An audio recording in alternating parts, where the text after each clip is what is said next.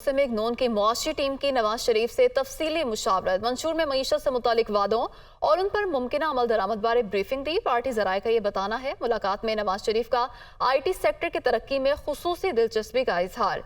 इस मुशावरत के हवाले से मजीद बात करेंगे deputy bureau chief Lahore Hasan Raza से। जी हसन रजा।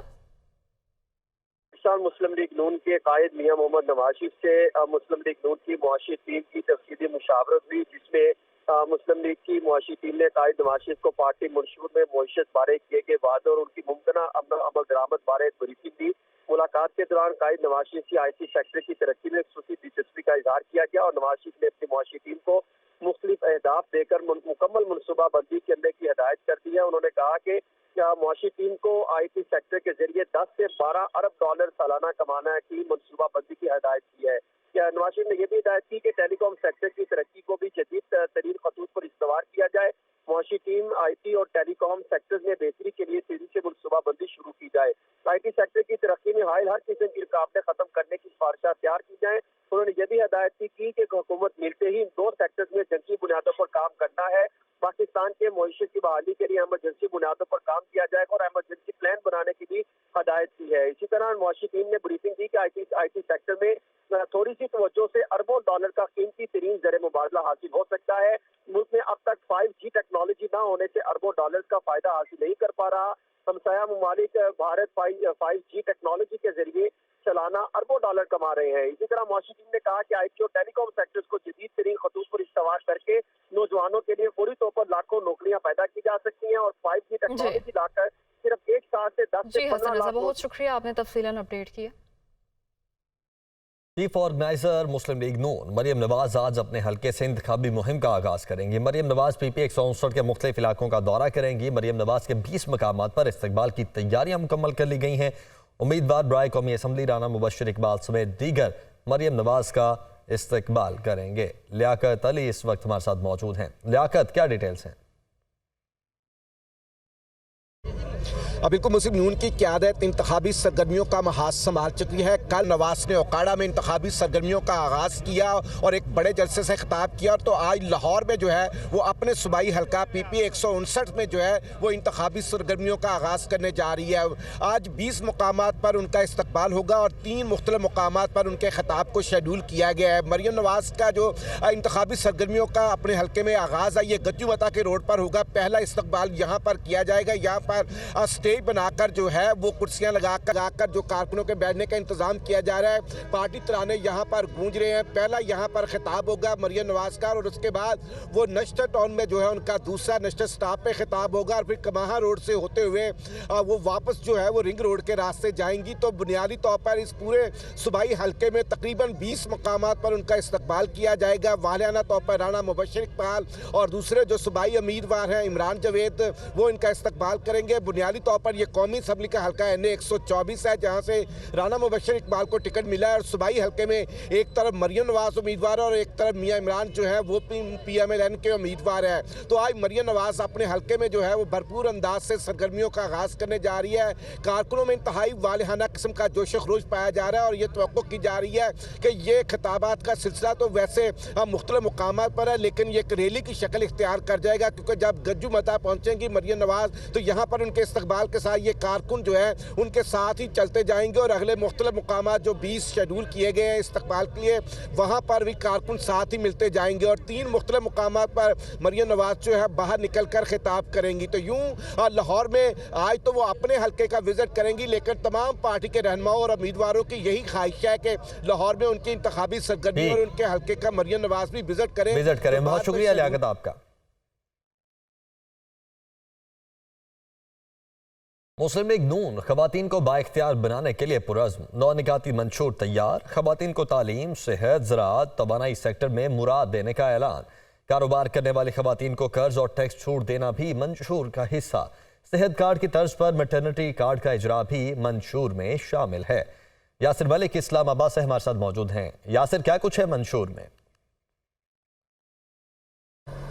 हाँ जी बिल्कुल, पाकिस्तान मुस्लिम लीग नून जो है वो खवातीन को बाख्तियार बनाने के लिए पुरअज़्म है और 9 निकाती मंशूर जो है वो तैयार किया गया है। इरफान सिद्दीकी की जानिब से ये मंशूर तैयार किया गया है, जिसमें खवातीन को तालीम, सेहत, ज़राअत, तवानाई सेक्टर में मराद देने का ऐलान जो है वो शामिल है। इसके साथ साथ कारोबार करने वाली खवातीन को कर्ज और टैक्स छूट भी मंशूर का हिस्सा है। इसके साथ साथ सेहत कार्ड के तौर पर मैटरनिटी कार्ड जो है वो भी मंशूर का हिस्सा है कि खवातीन को दिया जाएगा। इसके साथ साथ मंशूर में मुल्क की तरक्की में खवातीन का किरदार बढ़ाने के लिए 9 निकात जो है वो शामिल हैं, जिसमें खवातीन को शोबा तालीम में ज़्यादा मौक़े देने का जो मंशूर है वो भी शामिल है और खवातीन को बच्चों को तालीम देने के जदीद तरीक़ाकार जो है वो भी सिखाए जाने का हिस्सा जो है वो मंशूर में शामिल है।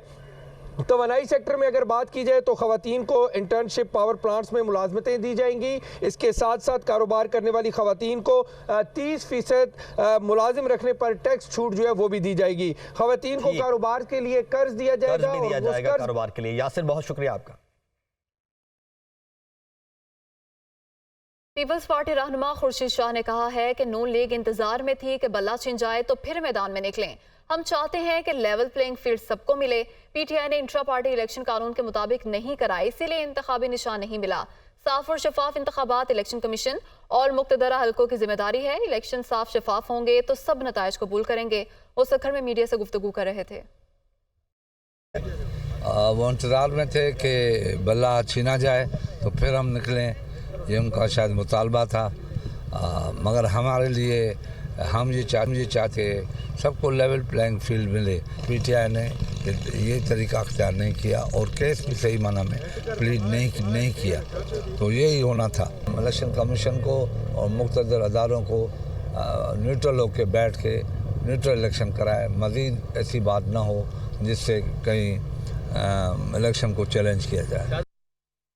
मुस्तफा कमाल ने प्रेस कॉन्फ्रेंस में कहा है कि मुल्क में 100 से ज्यादा नए शहर बनाना चाहते हैं। सारे मुल्क के लोग 3-4 शहरों में आ जाएं तो शहरों की अफादियत खत्म हो जाती है। 40 से 50 निकात नहीं, हमारा मंशूर सिर्फ लोगों के लिए है। एमक्यूएम कोई 50 एजेंडा नहीं दे रही, 40 नुकाती एजेंडा नहीं दे रही, लेकिन जिसको भी एमक्यूएम के वोटों की जरूरत पड़ेगी वज़ीर आज़म बनने के लिए, हुकूमत बनाने के लिए, एमक्यूएम इसके एवज कुछ नहीं मांगेगी, सिर्फ आईनी तरामीम मांगेगी और अनकंडीशनल सपोर्ट करेंगे। इस मुल्क में हेल्थ इमरजेंसी लगाना चाहते हैं 10 सालों के लिए, हम 10 सालों के लिए तालीमी इमरजेंसी लगाएंगे। इस मुल्क में 100 से जायद नए शहर बनाना चाहते हैं। हमारे यहाँ पाकिस्तान जब से बना है प्लान करके सिर्फ एक शहर बनाया, वो है Islamabad. Economic point of view से पाकिस्तान ने कोई नया शहर नहीं बनाया 70 सालों में। बिलावल भुट्टो जरदारी साहब जिनकी वजह से ये सारा मंजरनामा है, वो आज पंजाब को फतह करने की मुहिम चला रहे हैं। बिलावल भुट्टो जरदारी साहब लाहौर में खड़े होकर ये नहीं कह सकते कि लाहौर वालों हमें एक दफा पीपल्स पार्टी को वोट दो, हम लाहौर को कराची जैसा बना देंगे। सारा मजमा उठ के भागना शुरू कर देगा जब उन्होंने ये ऐलान कर दिया कर तो, क्योंकि कराची बनाने का मतलब है कि लाहौर के बच्चे भी गटर में गिरकर मरेंगे। कराची बनाने का मतलब है कि लाहौर वालों को भी पानी खरीद के पीना पड़ेगा। कराची बनाने का मतलब है कि यहाँ उनकी भी जमीनें कब्जा होंगी। जबकि पीपल्स पार्टी की रहनुमा पलवशा खान ने कहा है कि कुछ दावेदार अपने सरों पर अभी से ताज सजाए बैठे हैं। इस जुमात का कोई मंशूर और प्लान सामने नहीं आया। इनकी क़यादत से सिर्फ एक नुक्ता सामने आया जो इंतकाम है। मरियम नवाज भी वही राह गलाप रही हैं कि इंतकाम और इंतकाम। इस मुल्क की रगों में पहले लाडले सानी ने इंतकाम के तीर चलाए, अब लाडले दोम भी इंतकाम की बातें कर रहे हैं। इनके 16 माह में महंगाई के बम गिराए गए। वो इस्लामाबाद में मीडिया से गुफ्तगू कर रही थी। वो दावेदार जो अपने सर पे पहले ही हुकूमत का ताज सजाए बैठे हैं, वो इस वक्त तक अपने घरों से नहीं निकल। आज किसी जामिया मौशी प्लान के बजाय हम फिर वही राग सुन रहे हैं जो पहले मियां नवाज शरीफ साहब से हमने सुना। मोहतरमा मरियम नवाज साहिबा भी वही बात करती हैं, इंतकाम इंतकाम इंतकाम। इस मुल्क की रगों में आ गए एक पहले लाडले सानी ने जहर के इंजेक्शन लगाए और अब लाडले दोम के जरिए फिर से इंतकाम की खबरें और इंतकाम की बातें हमारे कानों में सुनाई दे रही। वो जो तबाही आपकी अपने हाथों हुई, कम से कम आप आवाम को ये बता दीजिए कि इस मुसीबत से निकालने के लिए आप क्या करना चाहते हैं। ये समझ नहीं आ रहा कि असल शेर आज तक क्यों आवाम के सामने नहीं आया। असल शेर को आपने पिंजरे में कैद करके चाबी फेंक। आज मुस्लिम लीग नवाज की लीडरशिप के पास आवाम को कहने के लिए कुछ नहीं, कोई नारा नहीं। Welcome back. इलेक्शन कमीशन ने इंतखाबी निशानात बदलने पर पाबंदी लगा दी। इलेक्शन कमीशन ने आरओज और डीआरओज को हिदायत जारी कर दी है। इंतखाबी निशान की तब्दीली से इज्तनाब किया जाए। अगर कोई तब्दीली लाजिम हो तो कमीशन से पेश की इजाज़त ली जाए। और बैलेट पेपर्स की छपाई शुरू हो चुकी है। तर्जुमान इलेक्शन कमीशन का ये भी बताना है। इसी हवाले से बात करेंगे नुमाइंदा वकार सैयद से। जी वकार।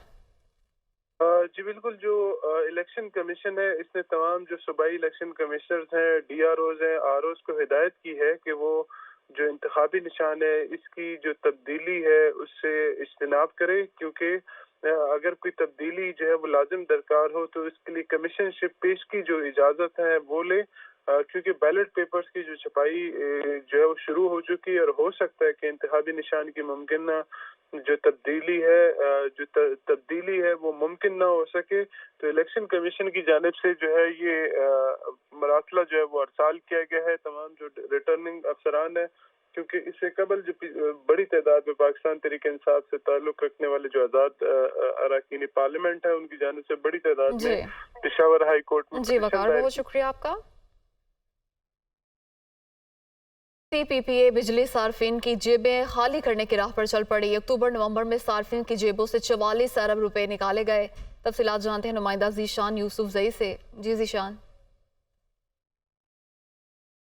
असमा, ये फ्यूल कास्ट एडजस्टमेंट की जो दरख्वास्त आती है तो उसमें बकायाजात के नाम पर गुज़िश्ता 2-3 माह से इतने ज़्यादा बकायाजात डाले जाते हैं कि वो सारिफिन पर एक भारी बोझ बन जाता है। अगर दिसंबर की जो फ्यूल कास्ट एडजस्टमेंट की दरख्वास्त है वो भी 5 रुपये से ज़ायद है, उससे पिछले महीने की भी 4 रुपये से ज़्यादा। तो उसकी वजह यही है कि जो बकायाजात नेपरा मुस्तरद कर चुकी है वो दोबारा उन दरख्वास्तों में डाल दिया जा रहा है, और लग यही रहा है कि नेपरा भी इसमें सहूलतकार बनने की कोशिश कर रहा है और ये पैसे अलाव कर रहे हैं। अगर मैं आपके साथ तफसीलात शेयर करूँ तो 2 माह के दौरान तकरीबन 44 अरब रुपये से ज़ायद बकायाजात के नाम पर सारिफिन से वसूल किए गए, और इस माह की जो दरख्वास्त आई है दिसंबर की तो उसमें तकरीबन 5 अरब से ज़ायद रुपए जो है वो बकायाजात के नाम पर सारिफिन से वसूल करने की इस्तदा दी गई है। और उम्मीद यही है, जाहिर यही किया जा रहा है कि ये भी जो है इसको अप्रूव किया जाएगा। अगर बात की जाए अक्टूबर की, तो अक्टूबर की फ्यूल कास्ट एडजस्टमेंट में 28 अरब रुपए वो बकायाजात के नाम पर वसूल किए गए, और अगर बात की जाए नवंबर की तो उसमें बकायाजात के नाम पर 15 अरब रुपए जो है वसूल किए गए, और ये वो बकायाजात है जिसे नेपरा मुस्तरद कर चुकी है।